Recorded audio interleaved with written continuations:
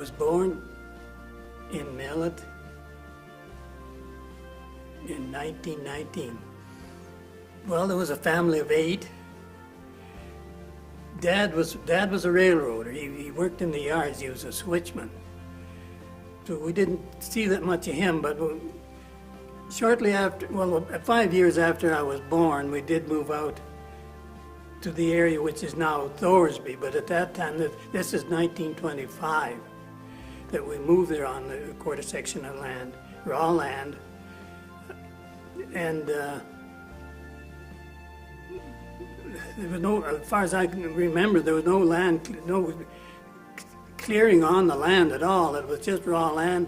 We had a little shack built, but when I was 5 years old, Dad was railroading in the city at the time, and he got this piece of land, and we moved out to which was Talfordville at the time.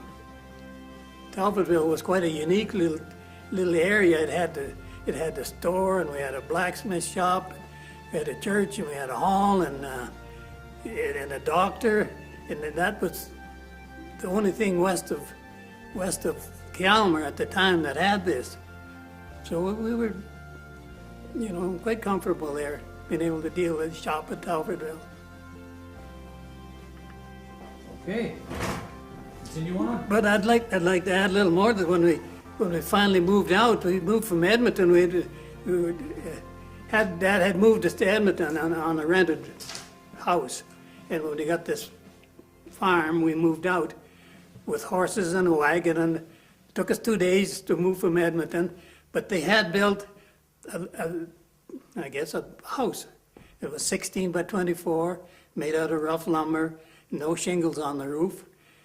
And a few days after we had moved out, we got into quite a rainstorm, and I remember the old-fashioned beds had the high front end on it, and Mother got boards and put along there and tar paper on top, and it was just us boys there, the 4 of us boys, which from where the girls were at the time, I can't recall, but anyhow, the 4 of us boys was there, and Mother covered our bed over with tar paper and boards, so Russell was the baby, I was next out of the 8, so we slept with Mom in the bed, and Bill and Bernard, Bill was the 3rd boy, and Bernard was the oldest, he was 12 at the time.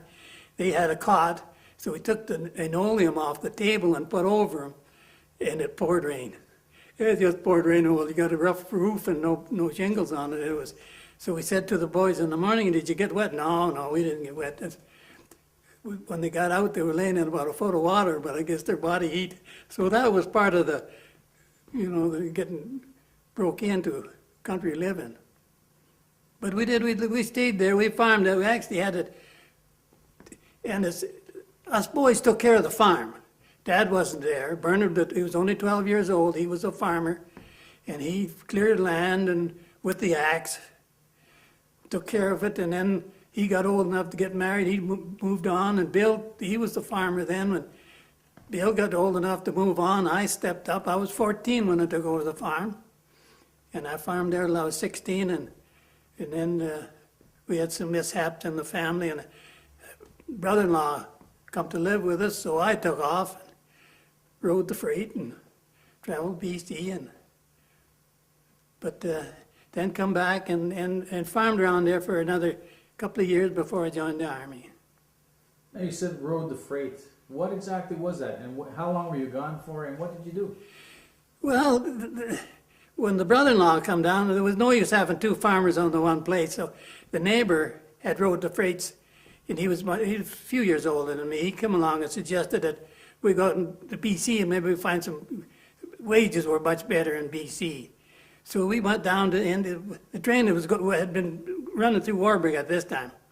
And so we went and jumped on the freight, and away we went and out through BC and just rode it out and around, and we ended up at Revelstoke, and went out, worked in the logging camps there for a couple of months.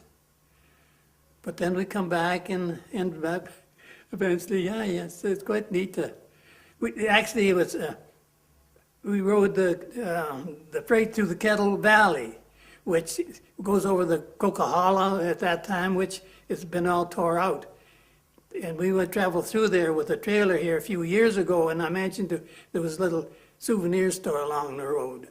And I mentioned it to them about this riding the freight through there. Well, I was really a celebrity. Everybody flocked around. This guy had rode the freight through here, and which was all, quite interesting to them. And so I was quite important there for a short period of time. That's quite an adventure doing that. Oh, it's not the best. I don't recommend it to anybody, but you see a lot of country in. Now you said you did that, you came back, and then the war came along. Now, can you tell me a little bit about were you hearing much about the war, or much about what was happening in Europe before the war? I don't remember that much about it. My brother Bill, he joined up right away. He joined up there in '39 and was over in England before Christmas. And he would write back and tell us that's when the Germans got the bombing, and he would write back and tell us some pretty horrible stories that was going on over there. But right now I don't remember much about it. I remember we had so many different nationalities around the country, and we were keeping our eyes on and watching every move that they made. We knew that Germany was really having success, and there was lots of German people in the area. And we were watching them pretty closely to where I was anyhow, to make sure that, but outside of that, I don't recall much. I know there was a big stalemate. Stalemate went on there for quite some time, and that's when, I guess that'd be in the period when I joined up. Do you remember when war was declared? Yes. Can you describe to me how you heard that and what you felt when you heard about it? Well, I know Britain had declared war. I worked practically 2 years for my brother-in-law, sister and brother-in-law before I joined up. And they had rented land about 2 miles north of where they lived. And I was up cutting grain with horses in the binder, cutting grain. And my sister come up and says, Canada has declared war on Germany. And I probably said, oh, so they did or something. I don't know. I don't think I got too excited. But I didn't join up. It was sometime after that before I joined. Now, who did you join and why did you join that regiment? I joined, I guess that's why I rode the freights. I wanted to see different parts of the world and a little excitement. I wanted to join the Air Force. I wanted to be a tail gunner. And that's what I went up first to join and be a tail gunner. Well, I sat for about 6 weeks waiting for them. They said there was nothing doing, they weren't recruiting. And there was nothing doing, and I waited for probably 6 weeks. And nothing happened, and then I even tried the Navy because my brother, wrote back and said in the Army they were laying out in this mud and all. He was with the 49ers, Edmonton, and the problems they were having, and I thought, I don't want no part of that. So I tried the Navy, and I got the same response from them. So I finally, early in December, there was they weren't recruiting in the Army either. Things were just sitting there. And finally, it come out in the paper that I think they wanted 50 or something like that to reinforce light artillery. So I thought, well, I'm not getting nowhere. So I went up there and had no problems. That was the 14th of December, 1940. And we got service numbers with 3 letters, and the 50 of us or whoever the amount that joined that day all got we were the only ones that I ever known just had three letters.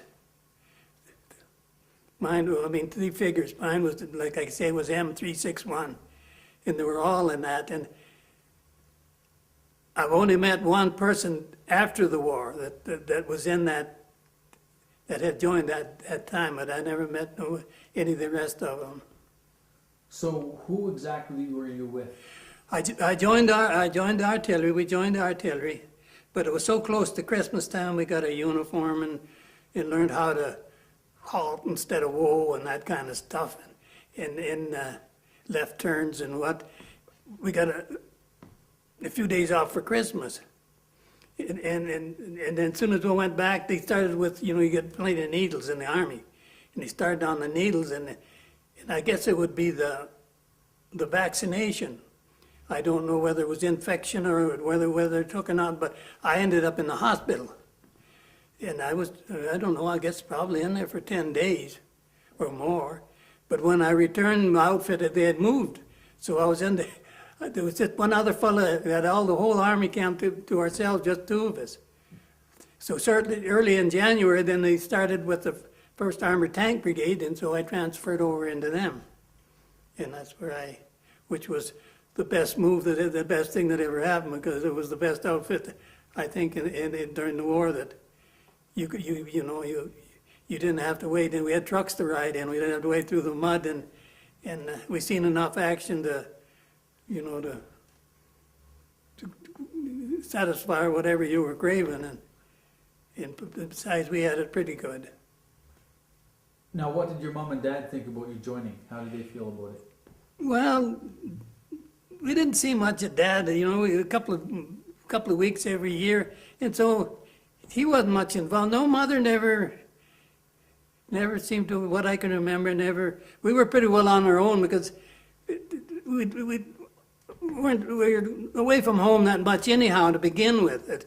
She was kind of used to us straggling and running around the country like wild people, and so I think she was pretty well used to us being away. But I imagine there was a lot of worry when we finally got overseas, but she never, as far as I can remember, my mother was a very quiet little lady, beautiful little lady. She never really complained much about anything, and because with Dad being away and her there with 4 boys and trying to control them and try to keep them in line, and she done I think a pretty good job. Can you tell me a little bit about what type of training did you get? What was the training like? Well, they moved us out of Evan. As soon as they got all the recruiting done, they moved it down to Camp Borden for training. And it just, and this is a supply outfit. Most of these boys, most of them were farm boys, and they hadn't even driven a tractor, let alone a car. And so you had to teach these fellows how to operate trucks. Well, I had driven a car, and I didn't actually driven a truck. I was, a little bit of my time. So I was quite experienced. So I went right to a driver trainer right off the bat to train these kids how to drive a truck. Well, that was quite interesting at times when you got beating it down the road with somebody that only drove horses before. But yeah, we learned with Parade Square, and this was on the end there, the route, whatever you do on the Parade Square, your left turns, and it was a pretty good camp. I know the winter time, the snow, I can remember going to the rifle range, and the snow was blowing right, they used snow blowers to clear the roads, and it was blowing right over top of the telephone lines. And then in the summertime, we was there till June, and then the wind got to blowing, and then half your meals was sand, it would blow through the windows, and the food and everything it was quite the campground. I thought my mom was always joking about the snow up to the power lines. No, that's quite true. I've seen that. I can verify that.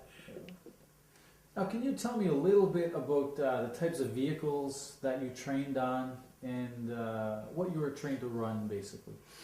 Well, we went right into the truck that I don't know how to explain the truck. They were a 3-ton, single wheel. The wheels were quite large. They were the big traction wheels. They were 4-wheel drives. And we went right to them, and the Chevin Ford was the one was made for the Canadians. But outside of that, I don't know how to explain any more about the truck. They were all tarped in and whatnot. I've got some duct tape there, I can strap you in there. And if you move too That's far. right. If something from the ceiling, and I rook it on my neck and stretch it. There's a fly buzzing around there, pretty good too. I was just going to include a little more on the trucks. They were just 4 gears. You had your first, second, third, and fourth. And there were, regular transmissions. You had your clutch and your brake. So they had to, not this automatic stuff that they use today. So you had to be, pretty well up to date and being able to operate them. And these kids that just come from farms and whatnot turned out to be the better of the drivers than the ones that did have a little bit of experience. They were more, concerned about doing things the way it's supposed to be done. Is you get some of these kids that had a little bit of driving, well, they know more than you do, and they're set in their ways. they're set in their ways. That's what I guess what I'm trying to get at. Yeah, yeah. What did you think those trucks were capable trucks? Good capable trucks? I think they were the best in the field for the terrain that we were in. They weren't when we got on when our supply lines got long. We couldn't handle the bulk. The Americans in Italy, when the supply lines got long, the Americans come in with semis and they hauled up partway to us. And we went and picked it up from there and took it up. But outside of that, for mud and sand and whatnot, there was hardly any place that you couldn't route your way through. Okay, so the next thing I'm going to ask is, you left from Halifax to go to England, did you? Or? Yes. Can you describe landing in Halifax and what it was like in Halifax while you were there, and describe a little bit about the trip across the Atlantic to England? I remember very little of that. I don't even remember boarding the ship. I remember getting on ship. It was a big French liner, and it hadn't been converted over to troops at this time. So they had the crew on there, which was one of the nicest trips that we ever made because we didn't have to peel no spuds or wash dishes. They had their crew to do it for us, and even cleaned our own staterooms. But while we sat, the only thing I can remember, while we sat in harbor, the bar was closed. You couldn't get no liquor, no beer. So that's about all I can remember, except when the convoy was formed and we left Halifax. Well, it was quite foggy, and they brought in 2 big battleships along with the other escort vessels we had. And in this fog, and they're tooting and hooting, and it was exciting. For a guy off the prairie that never heard this stuff before, it was something. I mean, I was just filling my shoes just the way I figured the Army would, and I was really enjoying this. But otherwise, I don't remember Halifax at all. Now, on the trip over, did you come across any submarine alarms or anything like that? Or? When we left Halifax, we went way north to miss the submarines as much as we could. And they had just sunk, and I think it was one of the German battleships up there. And the debris, the ocean was just full of debris, all kinds of floating junk and oil and whatnot. It was quite a mess. And into the snow and ice. I know it got pretty cold and chilly there for a while, but it seemed to me that we did get one good scare, that we were down below when they dropped some depth charges. And it's just like being in a tin can and somebody beating on the outside when they let loose. Well, this was the first time this ever happened to us. And I tell you, boy, you had your life jacket and was up on deck there in a quick hurry to find out that, it was, I guess they did pick up a sub somewhere along the line or something, but I don't ever remember any sub being sunk at that time. Now, you're in a convoy. Or would The large convoy, yes. Okay. Can you describe to me for somebody who's never seen something like that, describe to me looking out and looking all around and seeing nothing but ships. Tell me how that felt and tell me what you saw. Well, it was what I remember of it is quite interesting. There was another when we went over, we had this big French liner that we was on with, thank goodness, because the first time I'd been out in water, but I was a good sailor. Nothing ever bothered me out there. There was another little troop ship, and I used to watch it bounce, but as you look off, there's, ships, But every 15, 20 minutes, they turn. They diagonal one way and then back and forth, I guess, some way or another, that don't let the submarines line up on them. But they all got, at that time, in the daytime, they got their little signals by light.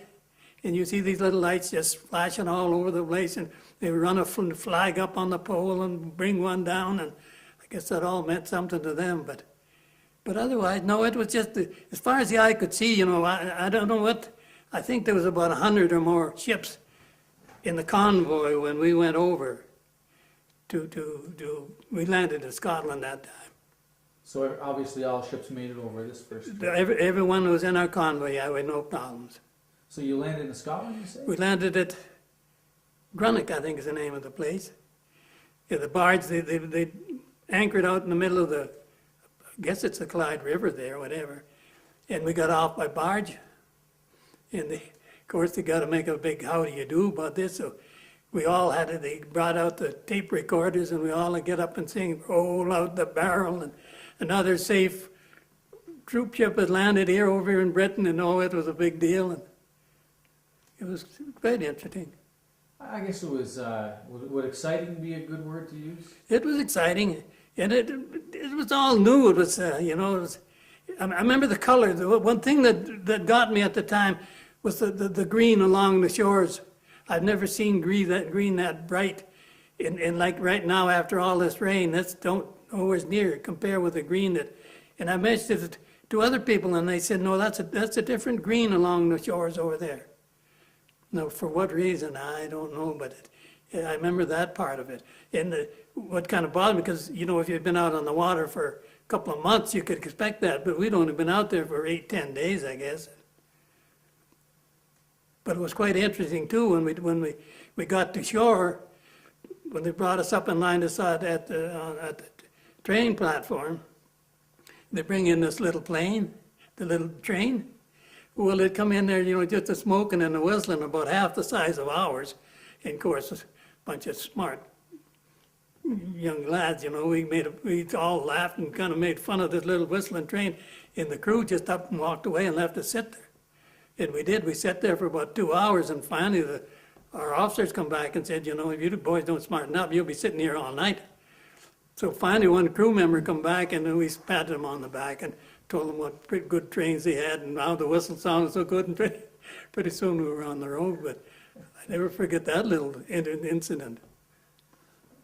So this would have been, what year would this have been? This would have been just about the end of June in 41. Okay. Now you were sent to Italy in 43? In 43. 43.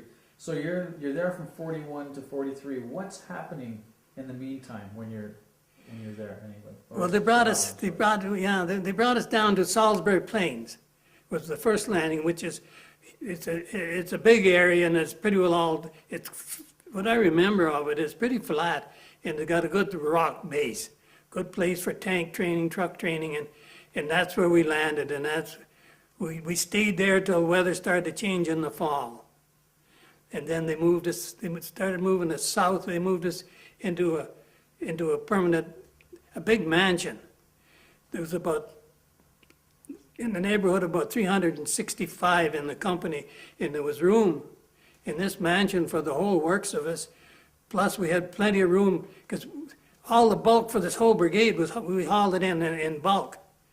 And we had the storeman there that broke it down for the amount of personnel that was in each unit. It was separated, and we trucked it out to them, and there was even room in there for that. So you can imagine the size of this Pierpont house that they moved us to.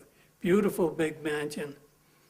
And then, I don't know, they moved us from there, they moved us right down on the waterfront, just right alongside Brighton, in a place called Hove. We sat right out there looking right across the English Channel. And I think there was an English tank regiment, I think, was in there. They had GO on their shoulders, whatever that stood for, I don't know. But I think that we was probably waiting for them to move out. So when they moved out, we moved in, and we sat there the balance of the winter, looking out across the channel.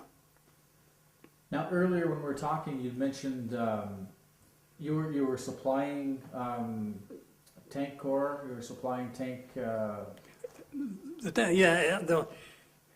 Whatever consisted in the tank brigade. We had our own medical, second field ambulance, the complete brigade. So whenever the brigade moved, there was enough supply for them. The tank regiments that everything moved with them. They didn't have to go looking for help when they went into battle. Everything was equipped right there. When we were talking earlier, you mentioned something about the Dieppe raid. Could you relate that story again? What had happened there?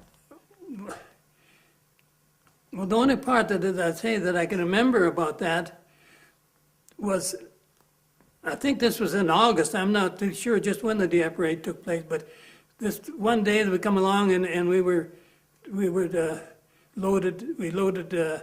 I don't remember rations, but we loaded ammunition. We loaded up with ammunition and fuel, which was most of them tanks at that time were gas burners, and we loaded up. And we were told that we could take our boots off that night, but to keep our clothes on. And they gave us no explanation. I guess probably they didn't know. And so this we done, and it was the following day that we were given orders to unload again, step down, and then we picked up our rations and took them back out to the kitchens and stuff of the units that was there. As I say, when I supplied the Calgary tanks. That's where I got my information, and the cooks are all sniffling and nobody around. Normally there's all kinds of people in tanks and everything else, and there's nothing there. And they said, yeah, the Dieppe was on and they got blowed out of the water, and so that's about all I can remember. And then life just went on as usual after that again, and every day we just delivered rations to them and done them with chores we needed to do around there. And do you remember how that made you feel back then when you heard that? well, it kind of, I think it kind of made us excited. We were, sitting there at this time. We'd been there for, I guess that would made it just a little over a year that we'd been there, and we're getting a little tired of this routine, and we're just wanting to get on. And we figured we were trained enough. Little did we know that that was the best place to be. When you got into action, then you wished that you were back sitting in Burgess Hill playing cricket with the girls. It's funny how that works, eh? It seems like that. When you were, apparently you were training for what was going to happen down the road. Do you recall, just previous to when you were shipped out, do you recall everything that was going on and what was happening in the area? You mean like before we shipped out of England? Yeah. Well, it was, that turned, we convoyed all the way from Burgess Hill back up to Glasgow again, just outside of Glasgow. I think it was a little town named Anna, I think the name of the town was. And then we had a water, at that time, I don't think we knew where we were going. We knew we were going to go somewhere because we were issued light cotton clothing. So we knew we were going someplace that was warm, and we had to waterproof our trucks. So we had to get under there and run a breathing column from the carburetor up and shove putty and stuff into holes and whatnot and get all ready. And we were close enough to the ocean at this point. When the tide would come in, there was a backwash there that come up, and it was probably 5 feet of water would come up. And that was kind of interesting, because once we got them waterproofed, then we had to run them through this every time to get a little training. And when you hit this cold water, and it was kind of interesting too, that this fun running through this water every day. And at the odd time, a guy would get a little excited and take his foot off because you had to keep the motor roaring, because the backwash of the water would kill your motor, and then you had to dive down and hook a rope on and to get pulled out of there. That was kind of fun to watch somebody do this. We'd all stand there and cheer and clap and think it was smart, but as long as it didn't happen to you. So it happened often, right? That happened quite often. That cold water hit your belly, you know, you go off and you take your foot off you would stalled right now. But I was lucky enough, my boot was heavy enough, I guess it held mine down. Now, I'm going to move us back a bit. This is something I failed to ask you about. But were you experiencing, while you were in England and Scotland, were you experiencing any German Luftwaffe coming over or anything like that? No, we got in just at the tail end of the, what did they call it, the Blitzkrieg on London. The only one that I can recall is kind of interesting too. When you're in the army, wherever they are, they got a guard on duty. And when we left our billets for the day with our trucks, I can't even remember where our trucks were parked. That's how bad my memory is. But I can remember being on guard on the door one day, and it's quite foggy, and I could hear this plane coming. And I knew it wasn't one of ours because the German planes, the twin motors weren't, synchronized? Each one, and I knew this was, and I could hear it coming in the fog, and finally it come out of the fog, and it was low, and it come right over top of the barracks, and I had more, so I thought, well, here's where I can, so I was up there just banging away with my whole rifle, but it flew inland, not very far, 3 or 4 miles, and it got knocked down. But that was the first German plane, and we went out and had a look at it afterwards, and that was the first German plane, and Germans that I'd seen up close. 2 of them I still remember, 2 of them had jumped. And the parachute was, they were too low for the parachutes to open, and they were practically up to their knees. It was a plowed field they landed in, and they drove pretty, they were just mangled. And then there was 3 dead, I remember, in the plane, and of course we all grabbed a little piece of tin and just for souvenirs, which I have no idea whatever took place of it. Soon forgot about that when we seen lots of them afterwards. Would that have been a Heinkel or? I have no idea. It was a twin motor. That's all I can say. Can you describe it by chance? Can you remember it enough to describe it? Well, it was pretty well mangled at the time, but no, it's just I would say just a mangled piece of tin was about all of it. But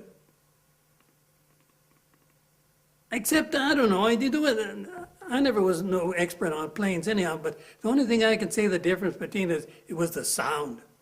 You could tell them coming, you always knew enemy plane before it ever got to you, except the fighter, the single motor, but the twin motors, you could always pick them out. You knew you had a friendly or a foe coming at you. If you had your motor shut off in your truck, I mean, that was always our disadvantage. You never knew when something was overhead. I guess the German twin-engine aircraft, they're more rackety. Right? It is, yeah. You expect them, when you hear it coming, you wonder how it's flying. It seems like it's something that's just been hammered together quick like it. But they were quite a terrific plane. But I read about that afterwards, and they had some pretty fancy, up-to-date, and maybe a little more modern than the Americans and the British had. Fortunately, we had more of them. So. We had more of them. Yeah. That's what, yes. Okay, now I'm going to move ahead a bit again. Now you're getting ready to ship out and to go to Italy. Am I correct? Mm-hmm. Yeah. Can you describe that part to me? Yeah, I can. I remember that clearly because I was just one pinch short of not going. But in case I forget, we sailed out of Grunnick, the same port we come in, actually about 2 years to the day that we landed. I want to get that in because it was so close. But just once we waterproofed our trucks, we couldn't use them anymore for hauling rations so the British come in and done that, and they gave us a 3/4 ton to do runabouts that we need to do. But my best friends, there was 3 of them from Exshaw, and they were dispatch riders, motorcycle boys.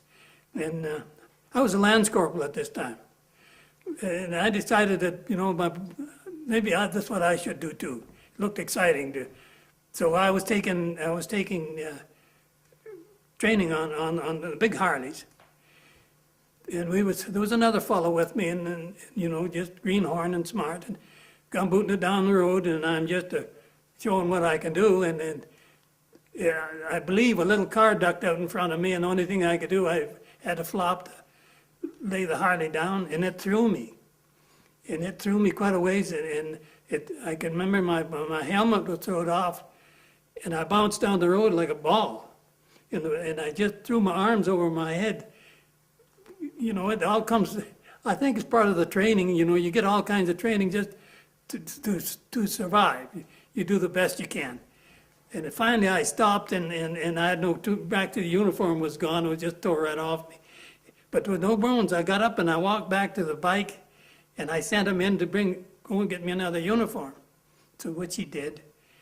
And then I went in, I got in the shower, and I got looked, and wasn't much skin left. Every place I looked, it was just, so I called in our first aid man. Well, he wouldn't have nothing to do with me. He shipped me off to our second field ambulance. And it was the major on there was Major Glass. And he took one look at me, and he's going to put me in the hospital, and I said, no way. I'm not, this outfit's going to move in the next 2 or 3 days, and I'm going. He said, well, a lot of good you are. And I said, I don't care, I'm going to go. So actually, he phoned I had done some work for the major, our major, and so I kind of knew him a little bit, but he knew me, which probably was a good thing. So he phoned the major and told him that he had a guy there that was pretty badly skinned up, and he said he could see the bones in my arm here and in my back. He said, I can see your bones, that's what kind of shape you're in. But anyhow, he phoned the major, and the major said to him, can he walk? And he said, well, yeah, if you call it walking, yeah, you can walk. And he said, turn him loose. So that's how I managed the last 2 or 3 days when I got on board all the crew. And I don't know how they really done it, because our pack was pretty near 100 pounds. And with a rifle, we carried pretty near 100 pounds. So how they carried my stuff, and I just walled along there the best I could, but I got on board, and I was just really lucky to do that. But that's about all I can remember, you know, really, of what happened short-lived up to. I'm sorry? I was going to say just before we boarded. Now, do you remember the trip across and landing? I don't remember that. I remember leaving Scotland. We left Scotland. We were on the Empress of, it was the Empress of Scotland, just a little passenger ship, and there was. We didn't go with our boats for this here waterproof, and it was a waste of time, because there was some were chosen to go with them, and they landed with the landing crew and Sicily, but we didn't. But so we were on a troop ship, and we went right out into rough water right out of Scotland, and I can remember sick boys. Oh man, but I was fortunate. I was even beat up as I was. I had no problems, but I don't remember that much. I can remember as we went down, we went away out into the Atlantic at that time too, to get away from U-boats. But the next thing that I can kind of remember is when we went through the Straits of Gibraltar. That was interesting again. And then it was nighttime. We went up, and you would see the shores of Spain, and they were all lit up, and we hadn't seen lights for 2 years, and that was excitement again, to see a whole countryside all lit up with lights, and you know, it was just a real treat again. You're wondering if there's a war over here? Yeah, but that's just what it looked like Gibraltar was all, like, no, I don't remember about Gibraltar was lit up, but Spain was all lit up. If I was a good swimmer, I'd have probably dived over and took off. Now, as far as landing, your ships come and you're at the shore. Can you describe to me what that's like? Well, that was an event on its. That was, as I say, that was my most exciting night of my life, and it still has been. But we left the convoy. For what reason, I don't know. The convoy there was a huge convoy too. We had some old tugs that were pretty slow. But there was a submarine that was shot out of the water there in the Mediterranean. It come out right out in plain view. It just, you see the pictures of submarines standing on end. Well, we did get a view of the one that this did happen.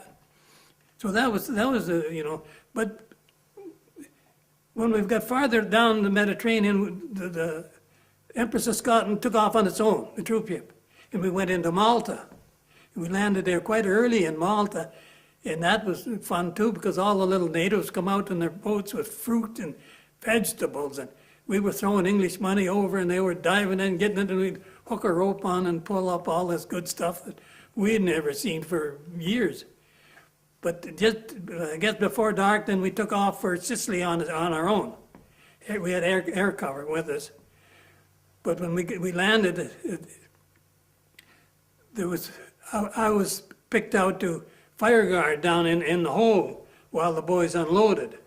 And what I remember, it was quite quiet. It wasn't, but they were going and going, and it took, I would say, in the neighborhood of a couple of hours or maybe more before they gave us the order to roll up our hoses. And well, we went up on top. Well, holy Toledo. I don't know, there must have been even now I get emotional when I get thinking of it. There was probably, I would say in the neighborhood of 1,000 ships anyhow in the harbor, maybe more.